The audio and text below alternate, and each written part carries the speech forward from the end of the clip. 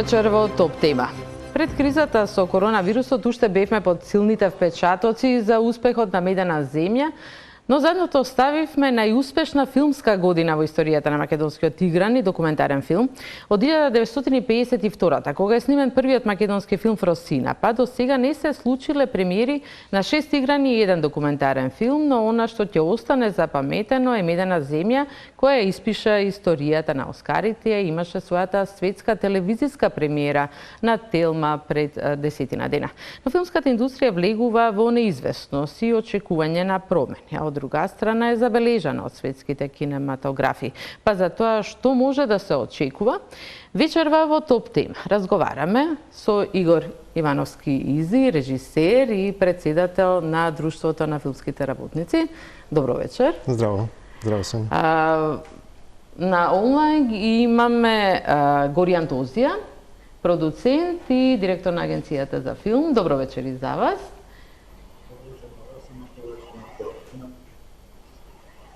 Добро вечер и за Дејан Лилич, нашиот познат актер.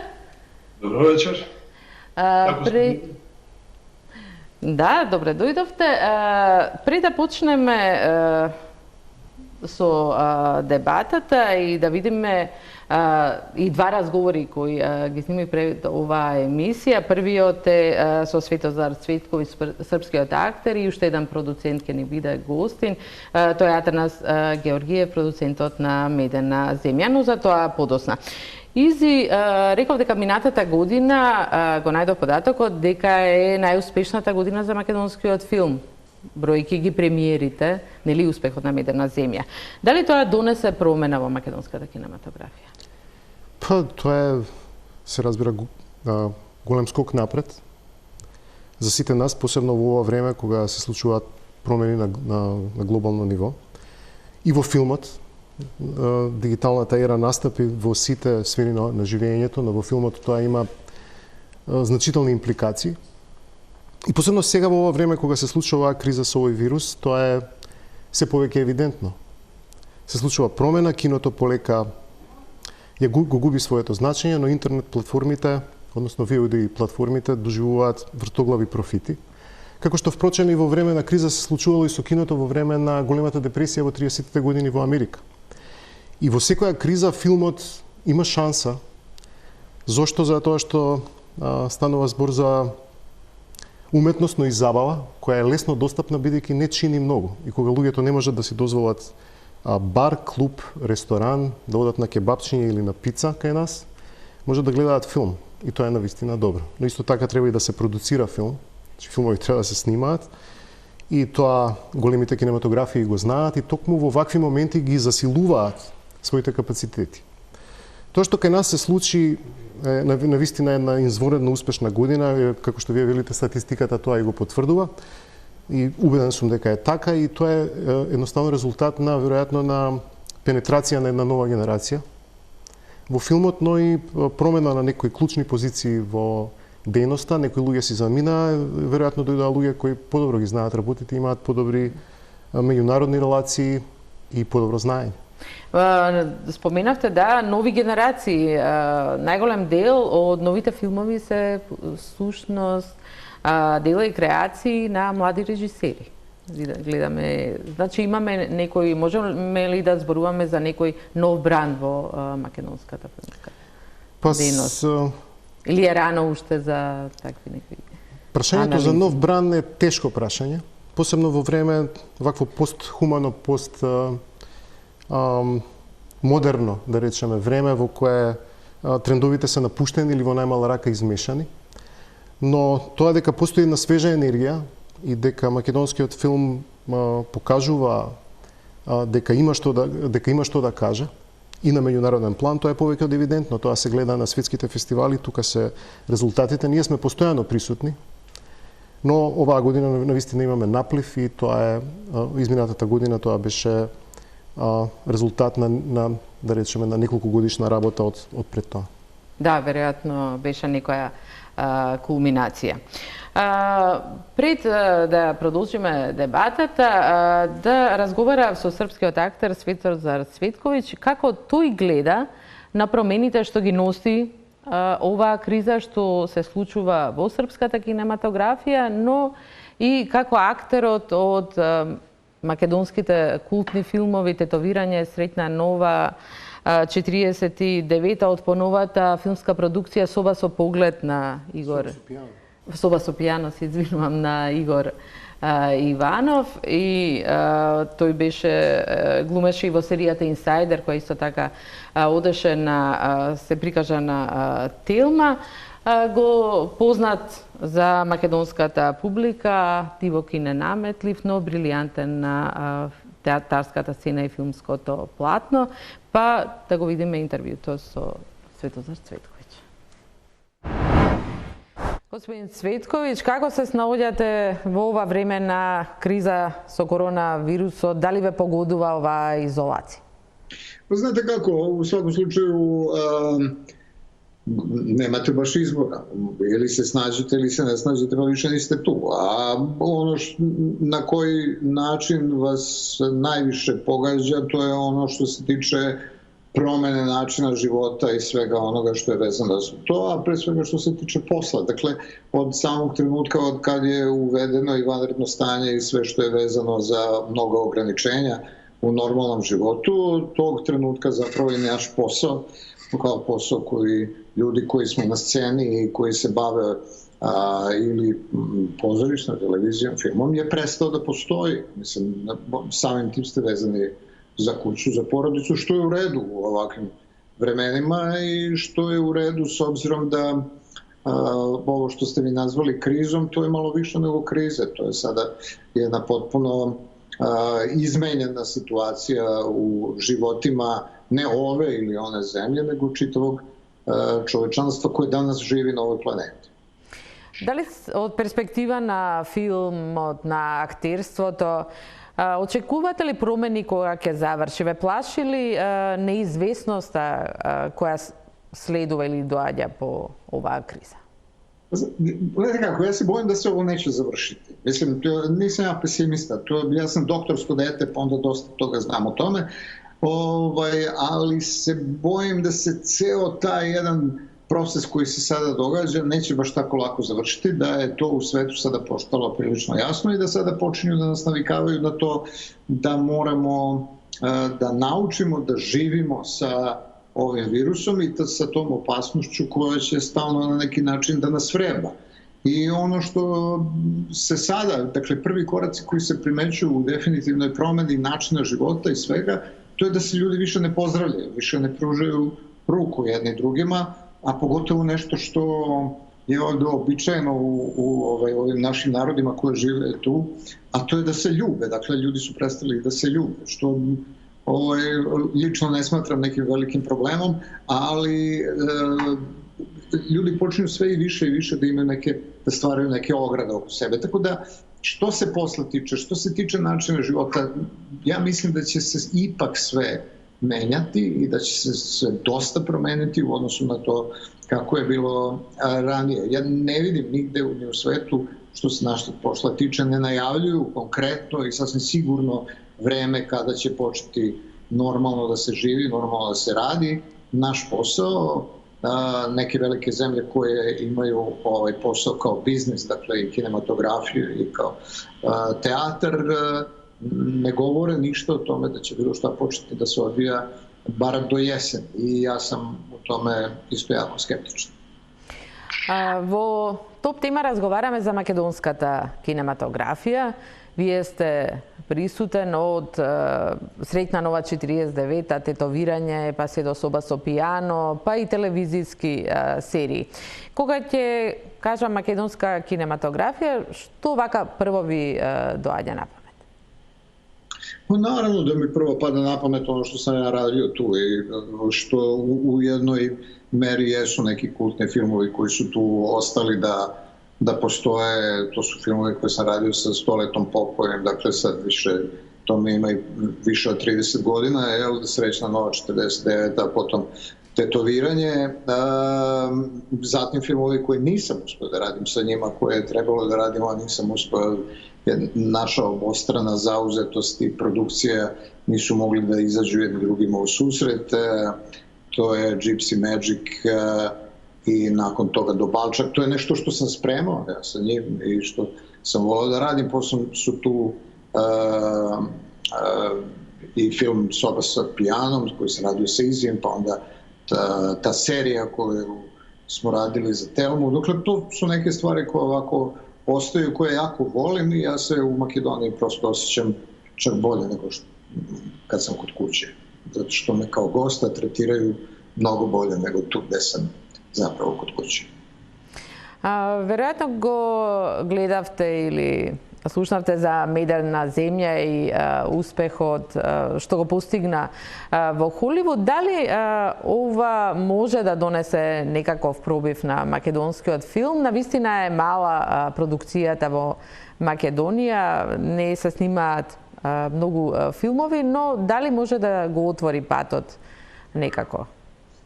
Pa, po mom iskustvu koje sam imao sa filmovima koji bi ušli u neku konkurenciju za Oscara, ja sam pre 10 godina radio kao producent film Gorana Markovića Turneja, koji je ušao u prvih 10 za Oscara. I tada sam razgovarao sa jednim velikim sales menadžerom Sony Picture Classics iz Hollywooda, koji me zvao i najlepše govorio o tom filmu. I rekao mi je da bi vrlo rado kupio film ukoliko on uđe u tih 5. Bez obzira na njegov kvalitet. Dakle, kvalitet je nešto što se podrazumeva da kada dođete na neko mesto do Hollywooda, onda je to već jako značajno. Ali da biste prošli šire, onda vam kažu da morate da uđete u tih 5. Mislim da je to, dakle, Medena zemlja, to je jedan neverovatan film. Ja sam pre 2 meseca bio u Njujorku na premijeri jednog svog filma koji sam radio za jednu francusku produkciju u istom bioskopu u kome je bio i moj film, dakle, koji se zove You Go To My Head, se prikazivao makedonski film paralelno, ali to je jedan bioskop koji je art bioskop. Ja? Dakle, mislim da pre svega autori filma zbilja mogu da sa puno razloga da se nadaju tome da može da dođe neki ozbiljniji poziv koji će od njih iziskivati to da naprave nešto što bi bila jedna velika produkcija, ali je nesretno vreme u kome se sve to sada dešava, tako da svaki film koji je počeo da se prikazuje u ovom trenutku, baš što se tiče američkih bioskopa i neke svetske distribucije, potpuno staje. Dakle, sada je filmska industrija stala. I kad će krenuti, to niko ne zna. Gubici koji postoje u filmskoj industriji u svetu, pre svega u Americi, su nemerljivi, a kad će se i na koji način oni pokrenuti, to je pitanje. Da li može da napravite nekakva paralela među makedonskата i srpskата кинематографија, каде што гледаме еден подем? Вие и самиот како актер бевте многу ангажиран, серии, филмови. Колку државата е тука значајна да помогне и колку помага во Србија? Da, mislim da je država jako značajna. Mi nismo industrije, ni srpska kinematografija, ni makedonska kinematografija. Vi ne možete, ni hrvatska, slovenačka. Dakle, eventualno u Evropi možete kažete za francusku kinematografiju, da je to industrija koja je počivala na tome koliko će publike da vide neki film. Ali ovde kod nas nije, mislim, jeste bitno koliko vas ljudi vidi, ali od toga ne može da se napravi novi film. Tako da je jako bitno da država stane iza nečega što jeste jedna kreativna umetnost kao što je kinematografija i verujem da je vama poznato, ali da je to jedna iznimka u ovom trenutku. Dakle, čini mi se 2 nedelje nakon što je krenula ova, kako ste rekli, zdravstvena kriza u Evropi i u svetu, nemačka vlada je izdvojila 50 milijardi evra za razvoj samostalnih projekata u kulturi te zemlje. Sad, naravno da nećemo mi moći da kažemo da su ove naše zemlje iole približne takvom bogatstvu u budžetu koje bi mogao to da obezbedi, ali da je neko u ovoj ili onoj sredini ipak na to mislio, mislim da bi bilo drugačije i da bismo se drugačije sada ponašali. Naravno da je sada najbitnije da ljudi ostanu živi i da se ta bolest ne širi tako kako se širi, ali država je presudna u tome da neko napravi jedan film koji će izgledati dostojno i mislim da je možda makedonska država u ovih poslednjih nekoliko godina zapravo više uradila time što je pojedinim projektima koji su bili značajni želela da da jedan veliki određeni broj sredstava za to da se snime ti projekti, a da kod nas još uvek postoje i ostaće da postoje ti konkursi na koje se prijavljuje po 80 projekata, od kojih se izabere 8 do 10 u krajnjoj liniji i onda je to način da onih 70 ne bude zadovoljno time što se tu radi. Mislim da bi taj sistem morao nekako se promeni, da se nađe nešto između ovoga što se radi kod nas i onoga što se radi u Makedoniji. Čini mi se da je najbolji model tu Hrvatska imala do pre 4-5 godina, a da sad više ni one nemaju tako dobar model koji bi mogao da uključi državu na najbolji mogući način projekte kinematografske. Vi благодарам на разговорот и останете ни во добро здравје. Hvala, takođe. Тоа беше Светозар Цветковиќ и како што вели господине Тозија, во моментов практично ништо не функционира кога станува филмската индустрија, кога станува збор за филмската индустрија. Каква неизвестност предстои и што очекувате вие дека ќе се случува, што ќе очекувате од државата, дали филмот ќе биде жртва? Прво, во овие чудни времења, се времења на кои ние не сме навикнати да живееме вако, ова се први искуства од ваков тип. Второ, прво мислам дека е многу битно да оздравиме, да останеме ние сите здрави и во дух, да бидеме креативни, да имаме храброст и сила, да го она што тргнавте, тоа да го продолжиме. Во поглед на она што мене ме задвижува сега, ја прво не знам, јас, сите тие не знаем ова кога ќе заврши. Второ, како ќе биде состојбата во нашата земја, како буџет државата ќе располага. Ние она што можеме како агенција за филм да го направиме, како прва мета, беше многу поздравени првите овако во Европа, беше на 27 проекти да ги сплатиме средствата до крај, без разлика во кој стадиум тие. Прика да продуцентите земат обврска да ги исплатат филмските работи.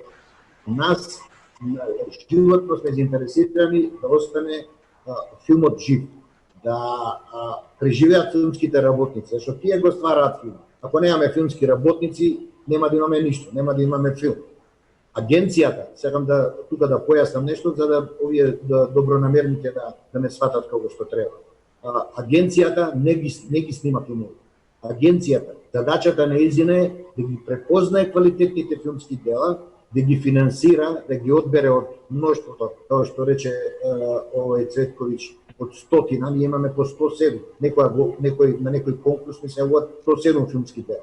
Да ги препознае најдобрите, да ги финансира, од кога ќе се завршат, да се грижи за нив, од кога ќе се завршат, да им дае уште еден стимуланс, уште еден пуш за фестивали, за маркетинг и за целото.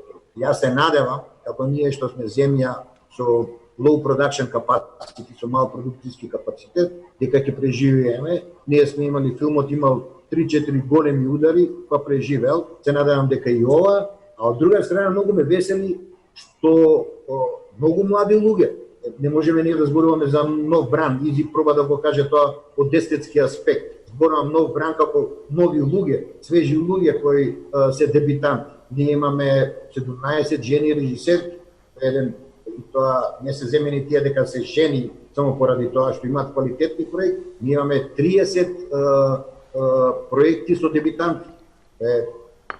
Мислам дека тоа е нешто ми дава надеж дека не 2018, не 2019, и 2020, и 2021, и 2023 понатаму ќе имаме добри дела. Впрочем, вие рековте, и тоа е точно само што ова, рековте дека 2019 беше сигнификатична, беше многу добра, почнавме ми е 2018, меѓутоа и 2020 година феноменално отворење има. Имавме Санденс фестивал, кој е еден меѓу 4 најдобри, имавме Берлин и тука веќе после Берлинскиот фестивал се беше. Лилич, вие Исто така, минатата година имавте улога во еден од овие филмови што беа премиерно прикажани. Тоа е Дедо и внук на исто дебитант Пипирковски. Како вие ја гледате целава оваа ситуација во македонската кинематографија? Дали имаме некој пресврт и дали може да очекуваме нешто ново? Добро вечер за сите гледачи на Телна телевизија, до гостите, до Изи, до Медо, до вас. Никој не може да предвиди што точно може да се случува понатаму. Тоа што го кажа и Светозар дека на нас актерите ни фали сцената, ни фали филмската лента, кадарот, тоа е нормална работа и ние без тоа не можеме да живееме на некој начин и да го работиме она што го работиме. Но историјата покажува дека не било секогаш едноставно за живот на оваа планета Земја. Значи имало и разни депресии, разни вируси, болести, куги, чуми, големи преселби на народите, така да се случувале некои нешта кои спречувале на некој начин тој ентертејмент да се развива или да биде прекинат или пак да тргне од една точка па на крајот да се врати, да почне и да се трансформира во нешто сосема ново. Јас не само за филмот ќе зборувам малку и за театарот, затоа што театарот постои повеќе од 20.000 години, а кога ќе кажеме дека постои повеќе од 20.000 години, тоа значи дека се уште не умрел. Мислам дека тој медиум, исто како и филмот кој е нешто малку понов медиум, нема да замре. Ќе биде тешко, но ќе се најдат некои нови форми. Во тоа сум сигурен. Што очекувате? Какви нови форми? Како би изгледало и кога би се случило тоа? Мислам, во моментов уште живееме имаме полициски час, додуше скратен. Имаме изолација. Како вие очекувате и кога да се вратите во театарот? Видете, кога би знаел јас да ви одговорам на сите овие прашања, веројатно би бил повикан во Белата куќа и би ми дале некоја врвна титула. Кога вие очекувате, не дали знаете, се разбира дека не знаете. Видете, ја очекувам што побрзо. Но исто така пред се мораме да знаеме дека здравјето ни е многу важно и вистината е таа што треба да излезе на виделина. Каква е вистината и која е вистината, дали ја кријат, дали не ја кријат, не знаеме тоа, ние малите, веројатно некои по-големи кои се наоѓаат на некои други позиции повеќе знаат. Да. Но да се вратиме на филмот и актерството, а не на теориите на заговор. Да, тоа се теми, затоа сега да се навратам токму на филмот и на актерството и на театарот. Тоа се теми кои ќе бидат онака баш сочни за да се работат како филмски сценарија, театарски сценарија и да се работат во било кој медиум како што е театарот или филмот. Дали ќе се на некој начин ќе се потрудиме ние сите овие нови форми да ги задржиме, па на некој начин така филмот да го работиме и театарот, не знам. Ќе видиме, јас се надевам дека што поскоро ќе заврши цела оваа ситуација, затоа што ние не умееме поинаку да работиме освен пред публика и освен за публика. Да, можеби тоа ќе се случи и дома, да го научиме и да почнеме некакви нови форми, затоа велам уште не знам какви, но технологијата ни овозможува и понатаму да имаме на некој начин телевизиска емисија како што е оваа. Не сме сите во студио, само имате еден гостин, другите се на некои други локации и повторно функционира сето тоа.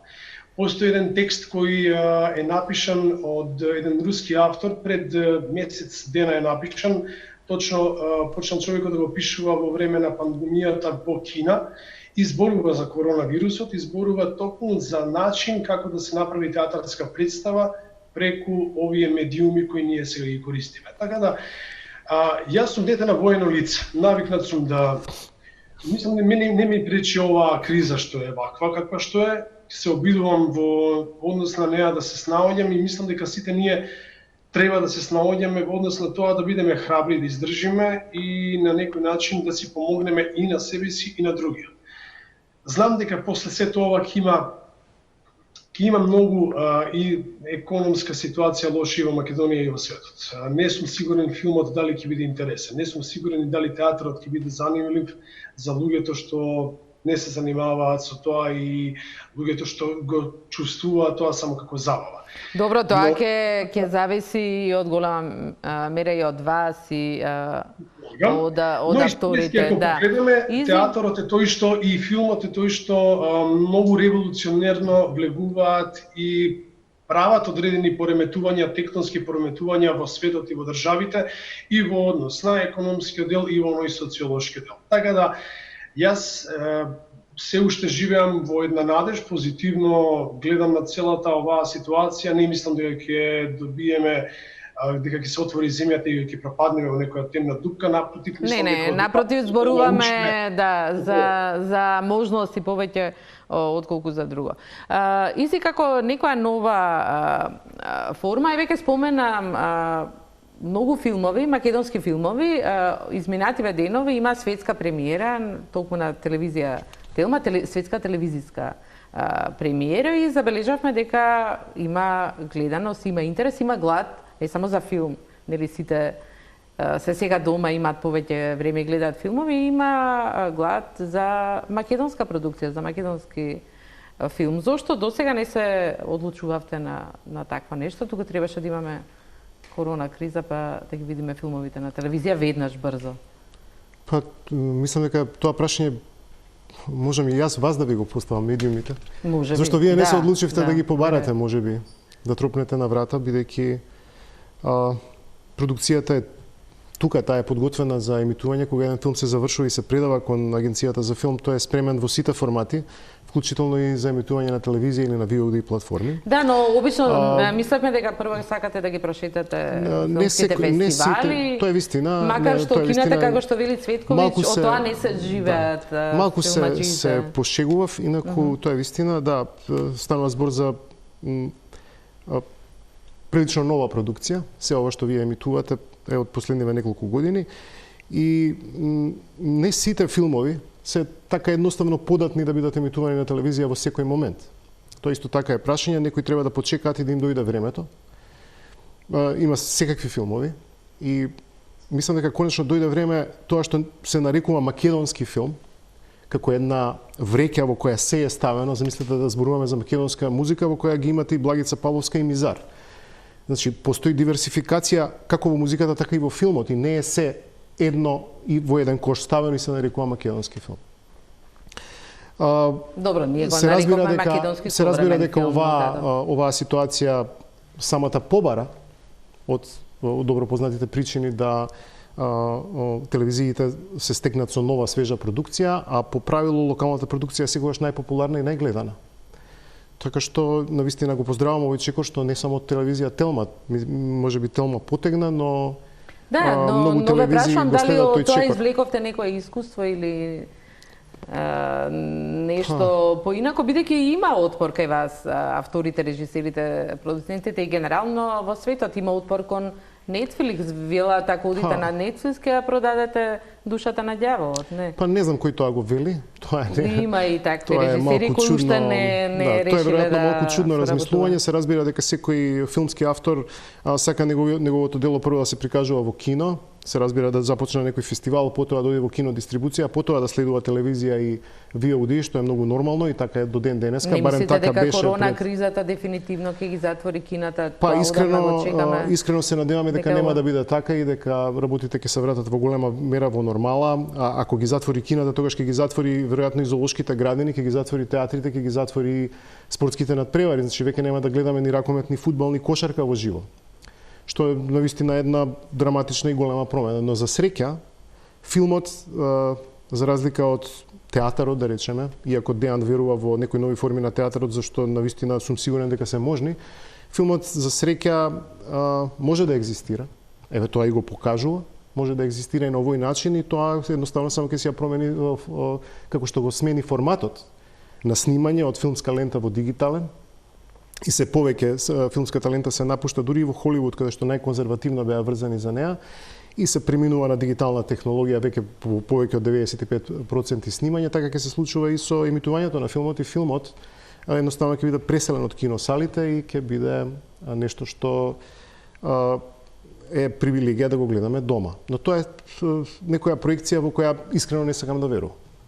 Инаку, кога ме прашувате дали извлеков некој заклучок, јас не извлеков никаков посебен заклучок, освен тоа дека е добро македонската продукција да биде присутна дома, исто како што е, да речеме, како што постои тенденција од наша страна да биде присутна по светските фестивали и на некои светски медиуми, затоа што ние сите се бориме да ги пласираме своите филмови на Channel 4 или на Арте и на други светски канали. При тоа може би малку го занемеруваме ова, тука сте во право и треба да си посветиме повеќе внимание, а вие повеќе исто така интерес за тоа што се нарекува македонска продукција. Да, ние сме тука, еве. Некој треба да почне, ние почнуваме методија.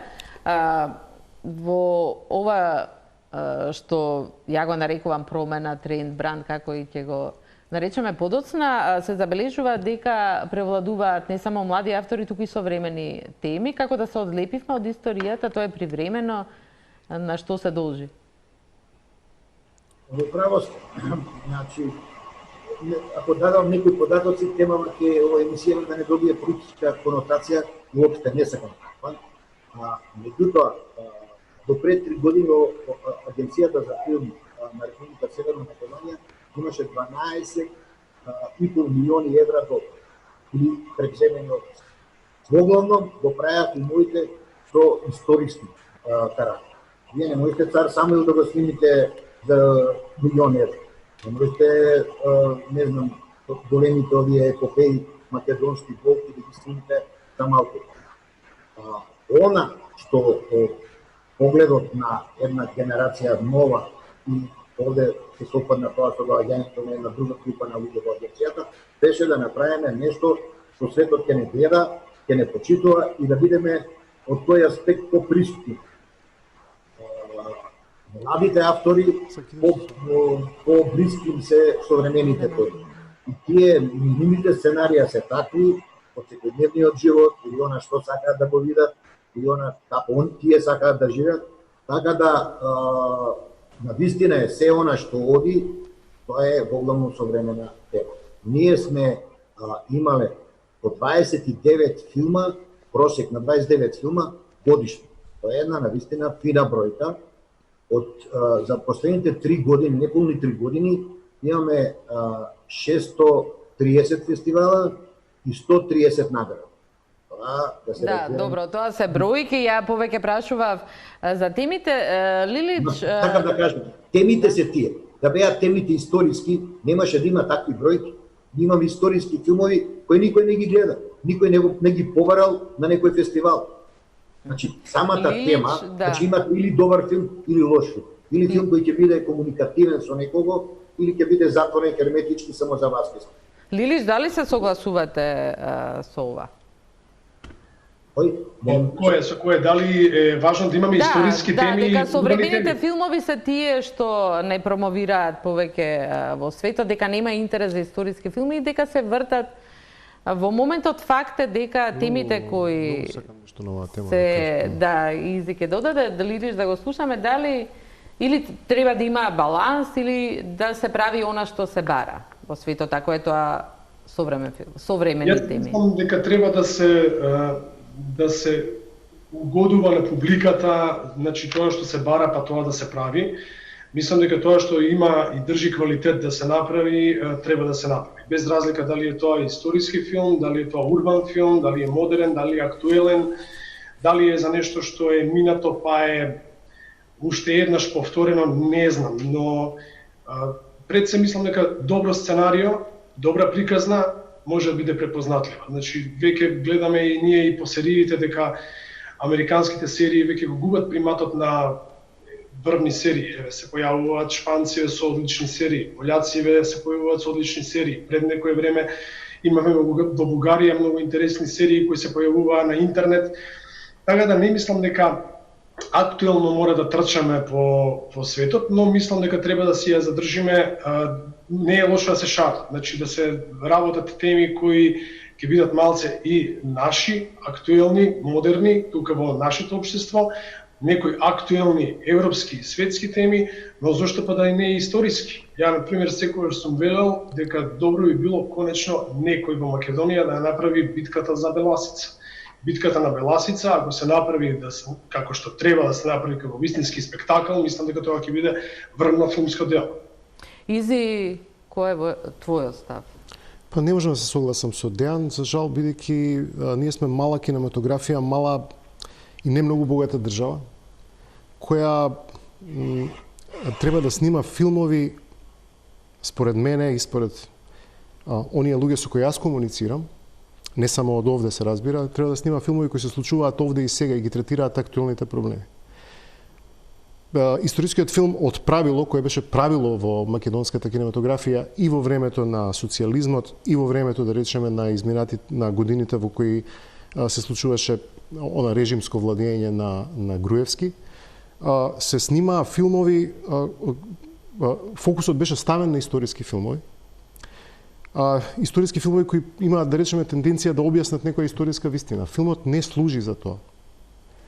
Филмовите со тоа може да се занимава историјата, историчарите на собствените форуми, дебати во книгите и студиите што ги работат. Но едноставно филмот се занимава со нешто друго, тој треба да биде близок до малиот човек, до човекот денес и да ги третира оние теми што нас не засегаат.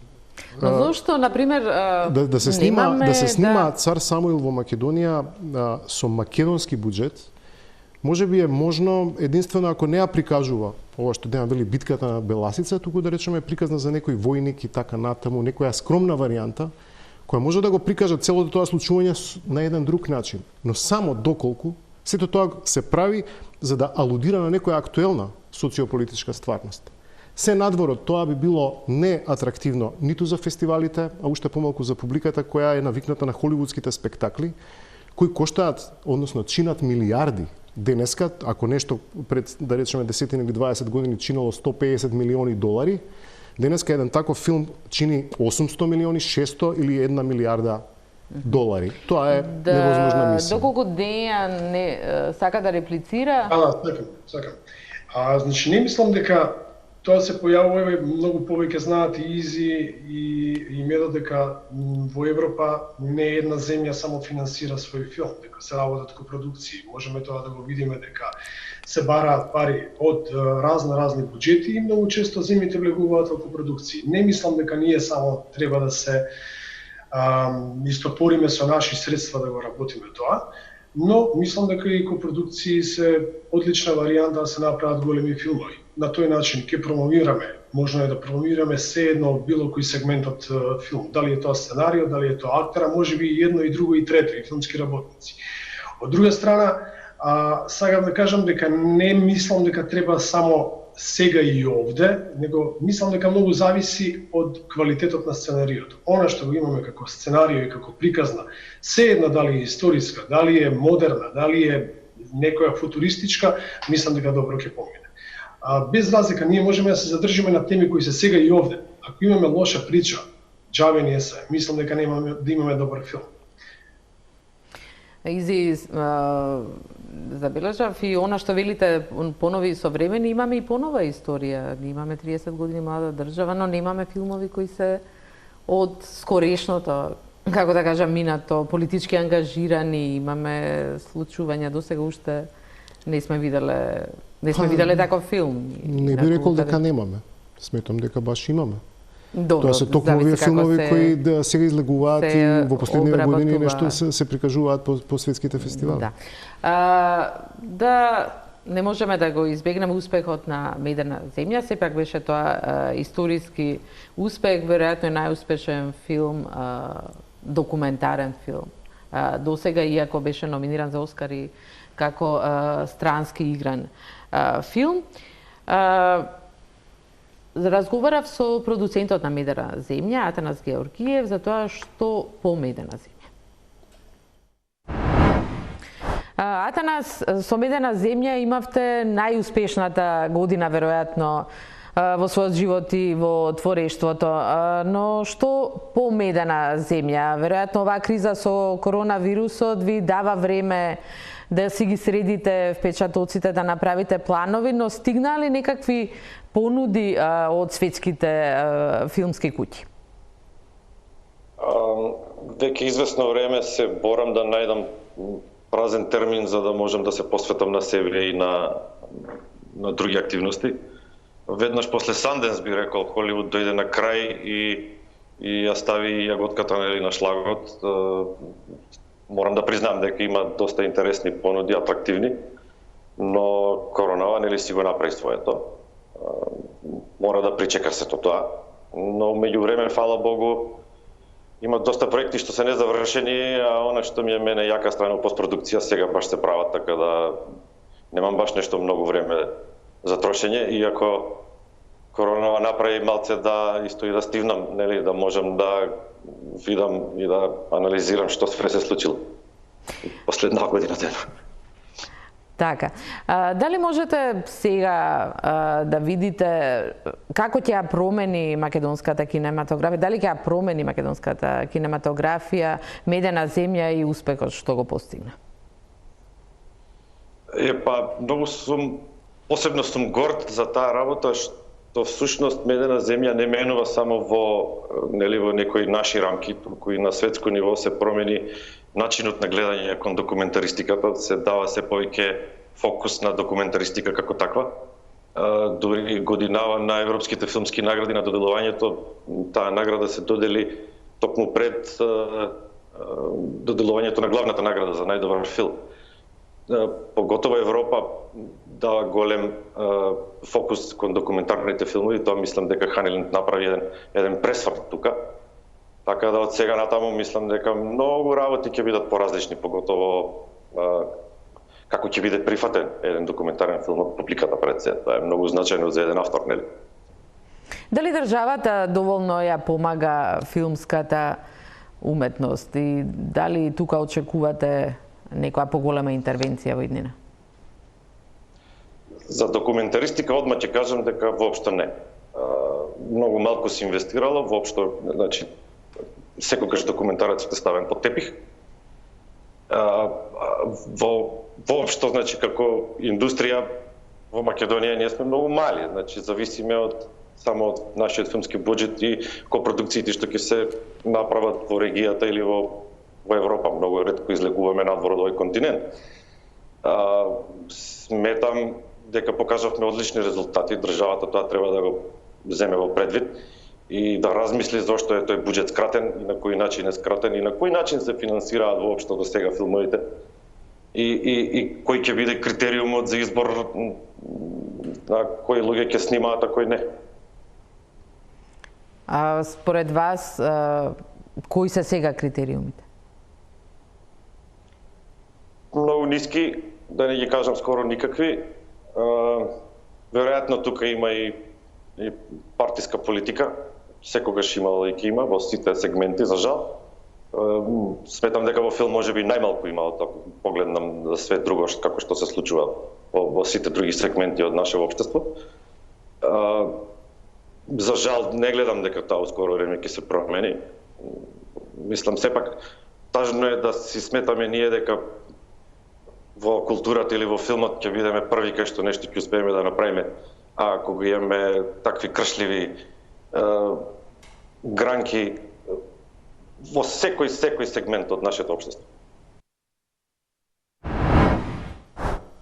Тоа беше Атанас Георгиев, продуцентот на Медена земја. Този го слушнавте Георгиев. Вие сте практично оној кој одлучува кој ќе снима филм, документарец. Тој вели за документарците нема да има пари, разочаран од начинот на кој се врши таа селекција. Не знам, ја не би се сложил со него и ако кажам некои работи ќе го потврдат тоа што ја го зборувам. Например, на секој конкурс не се јавуваат документарни филмови. Вие мора да аплицирате, имате проект и да аплицирате. Второ, агенцијата сама не одлучува. Тоа е систем, ланец на кој се одлучува. Од рецензенти, кои стојат со својот кредибилитет, до филмскиот совет, до други консултанти надвор од Македонија, до управниот одбор. Тоа чини еден склоп на луѓе, на систем кој доаѓа до кој да добие green light, да добие зелено светло. Ако беше така, како што зборува Атанас, тогаш Медена земја немаше да биде финансирана од агенцијата за тоа. Немаше тогаш да биде пријавена, значи меѓу другото има дупла кандидатура за Оскар. Едната кандидатура е од земјата, во име на земјата кандидира Друштвото на филмски Значи тие го гледаме. Ние имаме, да кажам, многу искрено и други добри филми. И Медена земја не ги поклопи сите филми. Ние можевме, како други земји што отидоа, со 2 кандидата. Можевме Петрунија најслободно да земеме да го кој доби наградата Лукс, 36 други награди. Меѓутоа стратегијата ни беше да одиме со Медена земја и сите карти сите адути таму. И така и беше. Не зависи од агенцијата дали документарниот филм има внимание или не. Зависи од квалитетот. Значи, ви пак еднаш ќе повторам за да ме разбере. Имаме конкурси кај што ни еден документарен филм не е јавен. Како тогаш да правиме документарен? Добро, да, кога има селекција, секогаш има незадоволство, не еднаш ве критикувале заради тоа. Ако немате пријавен, ако никој не ви се јави, сите сакаат за играни филмови, најатрактивно е тоа, знам ја, и најмногу пари се таму, кратки играни филмови за да добијат после понатаму право да се јават како дебютанти. Тоа е посебна дисциплина документарниот филм. Колку е фондот најголем, што беше даден минатата година? Мислам дека некаде во декември ги селектиравте филмовите кои ќе бидат финансирани за оваа година и наредните. Колку е во македонски услови таа сума која се дава да се сними еден филм од државата, од агенцијата за филм? Зависи од имате филмови, ако играни филмови, ако е мнозински македонски тогаш одиме за дебютанти до 25 милиони, тие се према законите и така е по законот направено, до 30 милиони и нешто над 30 милиони за етаблиран автор. Има и една друга категорија, треба да се навратиме дали законот чини или не законот не чини, и дозволена е една друга категорија на режисери кои имаат национален филм од национален интерес, тие да одат многу повеќе. И тоа треба да земе да се смени во ситуација сме кога изработите нова стратегија, нов закон треба да биде кој ќе се најде. Меѓутоа да ви го кажам само буџетот, целокупниот буџет на агенцијата, па за да имаат луѓето параметри. Ние нашиот буџет е помеѓу 2,5 и 3 милиона евра, 3 милиона 300 може да биде, бидејќи имаме и некои собствено приход. Со тоа треба да сигурно да се снимат 17, 18 до 20 филми. При тоа и фестивали и многу други работи кои одат преку агенцијата за филм. Например, плаќањето во евро имаш, тоа е 140.000 евра, од тие средства и многу други работи. Не е така баш едноставно да нема. Немаше да се направат многу добри филмови да не се водеше. Да, Тозија. Изи, со колкави суми располагаат, например, вашите колеги во Бугарија, во Србија, во Хрватска, кога снимаат филм? Суми, зборувам, кои ги добиваат од државата. За Бугарија, членка на Европска Унија, само минатата година добила 7 милиони од Европска Унија. Само за филмови. Пред некое време, значи тоа беше скоро пред неколку месеци имавме собрание на Друштвото на филмски работници, кога како прва точка изгласавме една, условно да кажам, резолуција, како собрание дека моделот на финансирање на македонскиот филм треба да се угледа, односно треба да се преземе моделот од големите европски кинематографи, од постарите кинематографи, кои дошле до сознание дека е најдобро буџетот што државата го одредува за филм да оди пер капита. Односно по глава на жител. А колку е сега? Како сега се определува? Како процент? Во овој момент веројатно е 1,5 евро. Иако ние сметаме дека тоа треба да биде многу повеќе, бидејќи околината тоа го потврдува. Значи, каде има, тоа е, велите во членките на Европска Унија? Ако зборуваме за Бугарија или Хрватска, например, односно Словенија, ќе видиме дека таму е многу повисока таа стапка. Ние упативме дури и писмо до Министерството за финансии, добивме некој одговор кој е така недоволно јасен за нас и после оваа криза се надеваме дека ќе се навратиме повторно на оваа тема. Тоа е клучна тема, зошто? Затоа што не може да се случува понатаму во Македонија, без разлика кој ќе владее, произволно да се дефинира буџетот за филм. Ние сме имале такви случаи во историјата, каде што, да речеме, одредена номенклатура ќе рече, не, тоа е многу за филмаджиите, ние ќе дајаме волку пари затоа што мислиме дека тоа толку треба. Или, например, некои чудни објаснувања од типот дека немаме добри проекти, ете се прават не знам какви проекти. Па, веројатно се случувало тоа проектите да бидат дадени во погрешни раци или можеби тие проекти биле погрешно водени. Но буџетот за филм никако не треба да се намалува, бидејќи Македонија, ние тврдиме постојано дека има капацитет, само тој капацитет треба да биде препознаен и да биде. Но стравувате дека токму тоа може да се случи и да биде велам дека гледаме пренамена на средства во буџетот веќе уште од сега најави. Тоа е друга тема. Да. Зборувам во нормални услови, ние би морале да го следиме овој тренд, а не да бидеме паушално, односно произволно третирани. И затоа што во таков случај кога сте вие произволно третирани, кога се случи одреден ребаланс, може да тие средства исчезнат. И сега замислете, некогаш ќе се случи ќе се случи некоја политичка номенклатура која нема баш многу сенс за филм и едноставно ќе биде многу лесно тоа да го направи. Исто така сега ова би било критериум пер капита, кој ќе остане независно од промената на власти. На луѓето не им е јасно. Јас често сум бил во ситуација дури на некои луѓе што се занимаваат со политика да им објаснувам зошто е кај нас така. Европа, за разлика од Америка, има сосема различен модел на финансирање на филмот. Зошто? Затоа што по Втората светска војна со формирањето на Европската унија, во самиот зародиш на Европската унија, Франција и Германија доаѓаат до сознание дека ако ние сме на слободен пазар, заедно со американскиот филм, ние немаме никакви шанси, затоа што Европа е конгломерат од мали, средни и големи нации. Исто такви кинематографии, кои некои од нив со многу мало јазично говорно подречје и така натаму. И направен е тој фондовски систем на финансирање на филм и постојат национални, локални и регионални фондови за финансирање на филм. И ние сме пристапиле кон тој модел. И сега тој модел треба да биде изведен до крај. Тоа што ние го бараме упорно е моделот да се почитува до крај. И јас искрено се надам дека со нашето приближување кон Европската унија дека тоа ќе се случи. Да, тоа е веројатно еден од излезите. Пауза за реклами и се враќаме на дебат.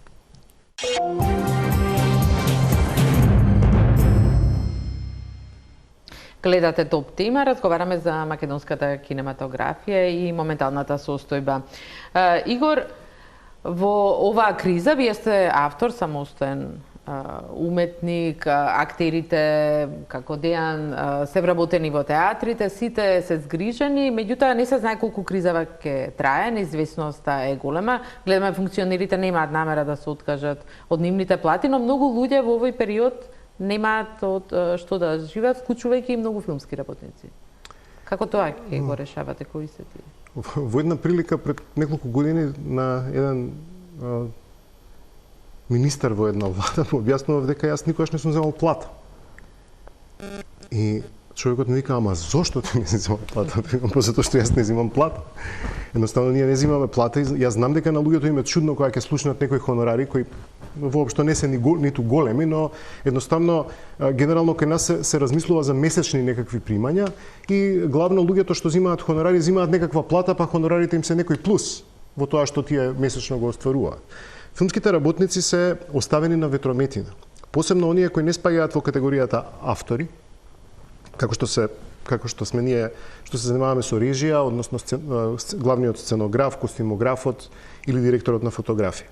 Останатите луѓе, овие луѓе имаат право да се стегнат со статус на самостојни уметници и најголем дел од нас што се занимаваме со таа работа, тој статус го уживаме преку Министерството за култура, односно ни се признаваат пензиско-инвалидско осигурување, платени ни се придонесите, имаме здравствено осигурување. Но најголемиот дел од нас, кои не спаѓаат во оваа категорија, тоа се луѓе кои се работат на светло, на сцена, да речеме еден реквизитер, осветлител, мајстор на грип, односно фармајстор и така натаму, ги има такви тонец, буммен, ги има стотина такви професии. Тие луѓе не се никаде вработени. И сега кога се случува да речеме ваква една криза, токму на виделина излегува тој проблем. Меѓу нив има мајки, да речеме меѓу нив има мајки кои едноставно кога одат на трудничко имаат проблем за да екзистираат. Меѓу нив има луѓе кои како се приближуваат кон пензија доколку немаат голема заштеда, едноставно а и да ја имаат, ќе остварат некоја има едноставно станува збор за екзистенцијален проблем кој секаде дури и во Србија е решен на извесен начин. Ние тоа не го решаваме со генерации. Зошто не го решаваме? Не го решаваме затоа што сме премалку и некако и од наша страна веројатно не успеваме да се избориме, но и политиката нема слух за тоа. Сега во Добро, оваа криза, што ќе направите? Вие сте председател на друштвото. Во оваа криза сега тоа станува многу очигледно. Ете, луѓето остануваат без работа и немаат никакви примања, освен што немаат примања, тие немаат ниту здравствено осигурување, ниту им тече стаж и така натаму. И тоа е нешто што мора во иднина да се реши, бидејќи тие не можат да спаднат во категоријата на автори. Оно што ние го преземаме како ДФРМ во соработка со Агенцијата за филм е тоа дека ние побаравме пренамена, односно Агенцијата за филм состави комисија заедно со друштвото и побара пренамена на одредени средства за да се помогне, еднократна помош да се даде на филмските работници и тоа е во процедура. Ја денеска, токму денеска, оваа борба ја водиме веќе подолго време. Денеска добив уверување од Министерството за култура, директно од кабинетот на министерот и од владата дека веќе за неколку дена ова прашање ќе биде надминато и дека голем дел од тие филмски работници со еднократна помош со еднократна помош еднаква на две просечни плати, како што тоа владата со своите мерки го прави за различни други категории на граѓани. И тоа е таа мерка што ќе се преземе, но тоа не ја решава суштината на проблемот. И пред да знаеме дека ќе постои корона, ние бидејќи оваа година Друштвото на филмски работници прославува 70 години од своето постоење, требаше сега во мај да имаме централна прослава и токму беше замислена централното случување да биде една меѓународна конференција во вид на трибина на која ќе се говори, дебатира и ќе се заклучи статусот на филмскиот работник, односно неговото подобрување и приближување кон она што се нарекува европски. Останува да ја одржите онлайн и да го решите, ова е краткороčno се надевам решение. дека по оваа криза ние ќе успееме да се избориме за што поголеми права. Лилич, колку можете да сметате на ангажман во регионот како актер? Кај нас често, не само Светозар Цветковиќ и други учествуваат, глумат во македонски филмови серии. Колку вас тоа ви е отворено и дали Медена земја може да помогне да ги отвори тие врати во светска кинематографија, а може и регионална? Да, сведоци сме дека кај нас во македонската кинематографија многу често имаме гости од странство, најчесто од Србија доаѓаат, Хрватска, не сум сигурен дали Словенија, Босна, но Србија и Хрватска најчесто доаѓаат актерите од таму. Ретко, мислам неколкумина сме ние што успеваат да работат надвор од границите на Македонија, дали е тоа филм или е театар, sejedno. Иако некако јас се надевам дека тој тренд малку ќе се измести и дека малку повеќе ќе успееме да добиеме ангажмани надвор од нашите граници. Не заради тоа што па мислам дека тоа е добра промоција пред се и за Македонија и за нашата филмска, sejedno и театарска индустрија, и добро е поединците малку да се мешаат. Ја искрено веќе 10 на 15 години, онака гледајќи трендовите како играат некои актери кај нас, се надевам дека масовно и ние ќе почнеме да излегуваме и ќе успеваме да влегуваме во тие продукции, не заради тоа што да постои некаков баланс, туку затоа што каде и да одиме, дали е тоа филм или е театар, во главном добиваме фантастични критики како актери. И не сакаат. Не мислам дека бариера е јазикот, мислам дека тоа го кажале моите колеги, дека воопшто не е бариера јазикот. Не знам што е проблем. Дали не сум сигурен ни дали државата може да индивидуално да помогне тука на секој од нас, но се надевам дека дали Медена земја ќе успее, не сум сигурен, сепак се работи за документарен филм, но да се чуе за Македонија пред се преку Медена земја. Да, на тоа мислев, да практично остави печат и се зборуваше за Македонија, македонската кинематографија. Да. И да се за Македонија и за македонската кинематографија и да влезат некои средства и да се сврдат некои пари, тоа е добро за сите нас. Тозија, дали можете вие како агенција за филм да помогнете за ова што го зборува Лилич? Пред се да кажам дека навистина има Македонија има навистина талентирани и глумци и режисери и сите соработници. Сите наши филмови, над 90% се копродукции со некој. И кога вие ќе склучувате договор со некој друг, значи продуцентите се тие што преговараат. државата дава пари на продуцентот, а продуцент се договарат како ќе го склопат проект. Зашто доаѓаат, да кажам, српски или хрватски овие глумци или доаѓаат и од други земји? Затоа дека нивните пари некој пат се условени да дојде нивни глумец. И повеќе бодови добивате во таа земја, повеќе пари можете да добиете ако некој доаѓа и игра во вашиот тим. Тоа кај нас и одат глумци, да се разбере, можда не толку сме ги промовирале ние како медиуми, како агенција, јас да ја земам ова, дека тие играат и во други филми, меѓутоа таа работа. Сите наши филми се поштопуваат. И само на тој начин нашите глумци ќе можат да излекуваат и понатаму и се повеќе ќе излекуваат. Да, но тоа но дефинитивно е многу ретко. Изи, гледаш телевизија? Искрено многу ретко. Дури и во време на корона? За жал речи си воопшто, бидејќи нема време за тоа, инаку веројатно би посветил малку внимание, но и телевизијата го може да кажам дека гледам телевизија, но не на оној начин на кој традиционално сме навикнати да гледаме телевизија, бидејќи телевизијата во дигиталната ера го промени своето функционирање и веќе она линеарно следење на програма не е случај. Ние бираме програмата тогаш кога нам ни одговара, што не значи дека телевизија не постои. Така што најчесто сум со мојот лаптоп и тука конзумирам одредени содржини кои се разбира во својата суштина телевизиски. Не само што претпоставам гледаш серии, ги спомнуваме цело време онлайн стриминг платформите Netflix, HBO и другите, и очигледно дека е тука иднината, или тие се наметнуваат, македонски филм, македонска серија нема на тие. Лиличи спомена шпански, полски, Исланд, значи и помалите кинематографии се веќе присудни. Тоа е таа огромна промена. Каде сме ние тука? Нема македонски филм, нема македонска серија. Шпанија и Полска не се мали кинематографии, тоа се наистина големи значајни кинематографии. Ние сме наистина мала кинематографија, дури да речеме помала и од белгиската кинематографија. Да. Хрватите успеа да тие пенетрира, но таму се случи да сценаристот биде македонец на серијата Успех, што е наистина повторно успех на известен начин и за Македонија.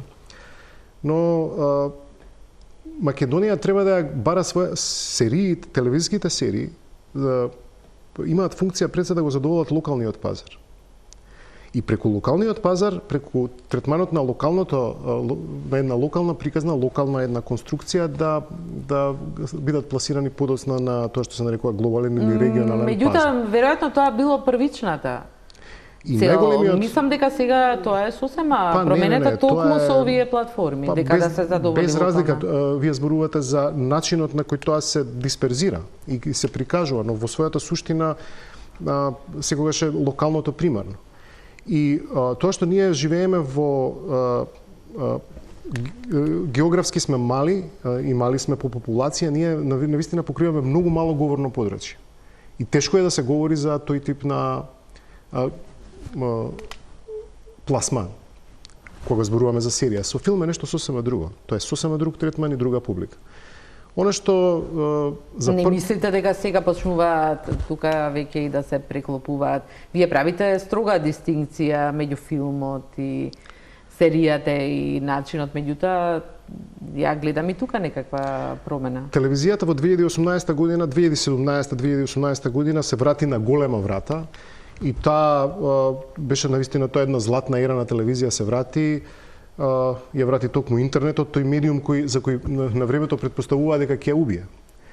Значи токму оној што требаше да ја убие телевизијата и овозможи простор ја врати и даде нов квалитет, ја засили и даде сосема нов начин на комуникација до нас, на кој начин таа стигнува до сите нас.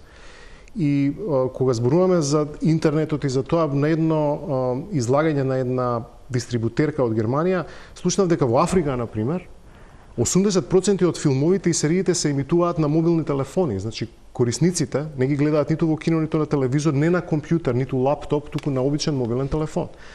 И тоа е веројатно најава за новото време, без разлика што станува зборот за најзаостанатиот дел на светот Африка. Тоа мислам дека тој тренд ќе продолжи и дека едноставно ние ќе конзумираме сите овие содржини што повеќе на тој начин.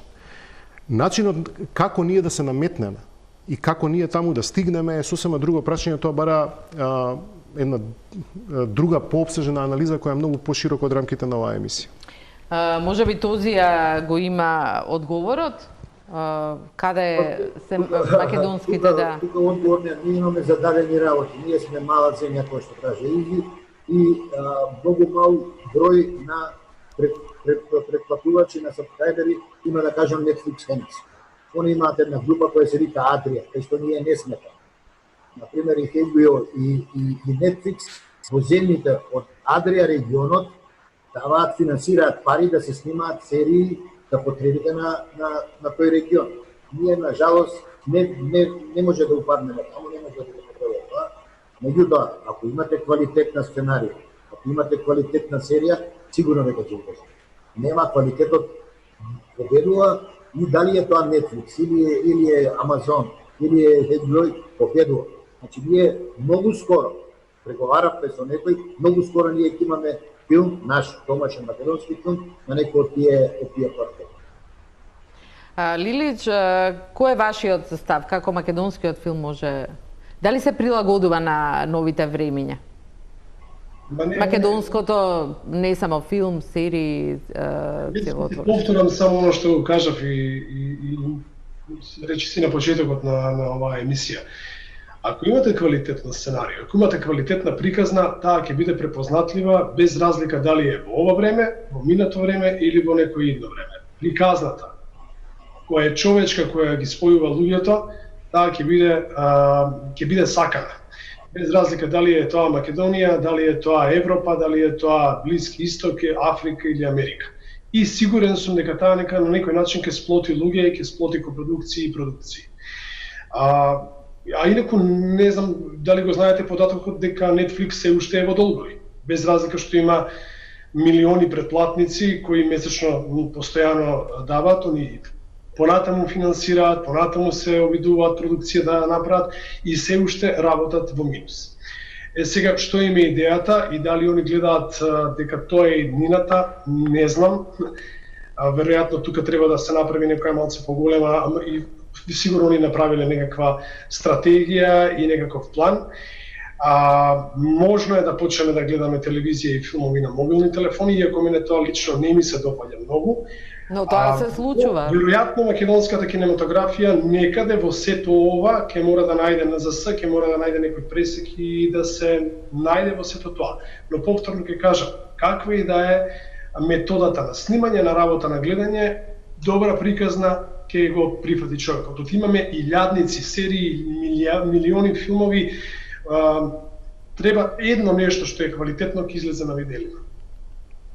Добро, прилично оптимистички гледате. Да, Тозија? Што да прави? Замислете да не гледаме оптимистички. Така е. Може да додадам? Може да додадам нешто? Да, повелете. Значи, за ова коронавирус време, Netflix своите потенцијали ги изголеми за 650%. И да биле во некои долгови, голема е борбата што Netflix ја прави и господари со светот во филмот. Така да ќе ни треба за овие другите, тоа што вика дека ние поромантични, да сакаме у кино додиме и уво да се чувствуваме во таа темнина на киносалата, голема борба ќе ни треба и не сум сигурен баш дека ќе ја добиеме. Изи, вие сте режисер на многу од новите телевизиски серии. Во оваа телевизија практично почна и првите некако бевме пионери во сето тоа. Првиот ситком, првите телевизии, но во моментов имаме некаква стагнација. Се знам, пак речете ова прашање можеби. Тоа е комплексно прашање. Прво, знаете што, да речеме, Преспав е серија која продолжи да се снима. Доживеа неверојатна популарност над очекувањата на сите ние кои стоиме за тој производ и ете веќе се најавува петата сезона. И тоа е нешто што постои и во контекст на претходното прашање, ете таа серија да речеме се емитува веќе и во Бугарија. Значи има Да, ја ги споминам платформите, но еве доста е границите да ги поминеме нашите тука граници. Многу помага симиларноста на говорот, односно тоа што сме ние блиски во тоа што се нарекува говорно подречје. Инаку, зошто ние не сме на ниво на Хрватска или Србија, тука има повеќе аспекти. Само во Србија лани се снимени 30 серии.